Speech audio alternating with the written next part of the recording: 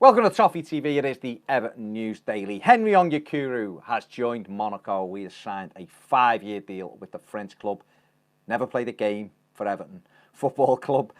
Signed under Steve Walsh and Ronald Koeman for around £7 million.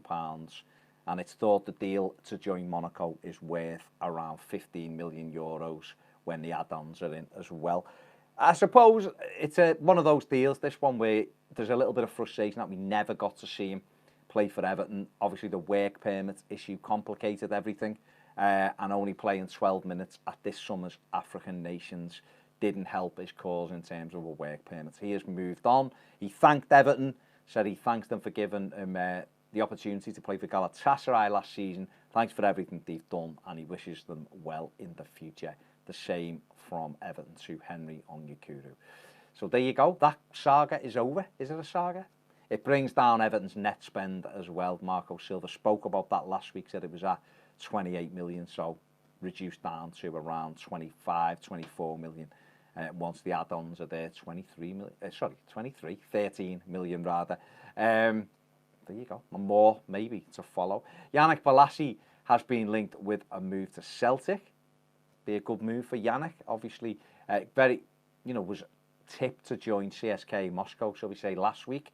Reports of a permanent deal there, but given the treatment Malcolm has had going over to play in Russia, Bolasie said no. Basically, was out on social media and said he wouldn't be going there, especially after what's happened to Malcolm. But Celtic now credited with an interest in the wide player, so remains to be seen whether or not Yannick Bolasie moves there, but doesn't look like he's got any future at Everton. Jean-Philippe Gbamin has been speaking about his debut. He said he enjoyed it, but it was faster than he thought, and realises that he's got to get up to speed quickly.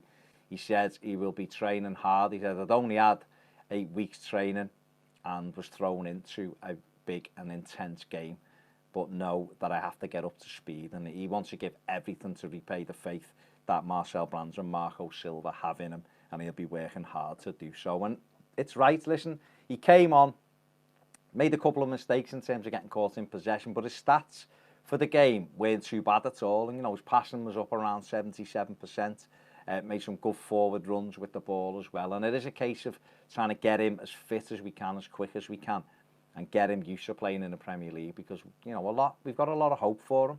And the fitter he is and the more settled he is, the better for us. Javier Gracia has spoke about Abdoulaye Doucouré ahead of this week's game against Watford. He said he's still fully committed to Watford, despite Everton having a bid turned down to take the midfielder to Goodison Park. He said he's got no doubts about his commitment to Watford at the moment. The transfer window is shut.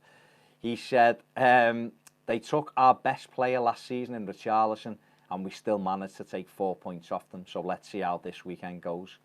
There you go, having a little bit of fuel to the fire. It's about time Everton beat Watford, let's be honest. We've found them tricky opponents of late, and there's a big opportunity at the weekend, first home game of the season, to go out and get those 3 points.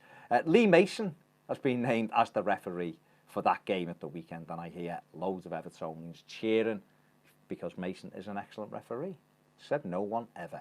Let's see what happens at the weekend. And that is it for your News Daily. If you haven't subscribed, please do so. It takes a sec. If you want more videos, get over, join us on Patreon. Don't forget to give the video a like. Thanks for watching. See you tomorrow.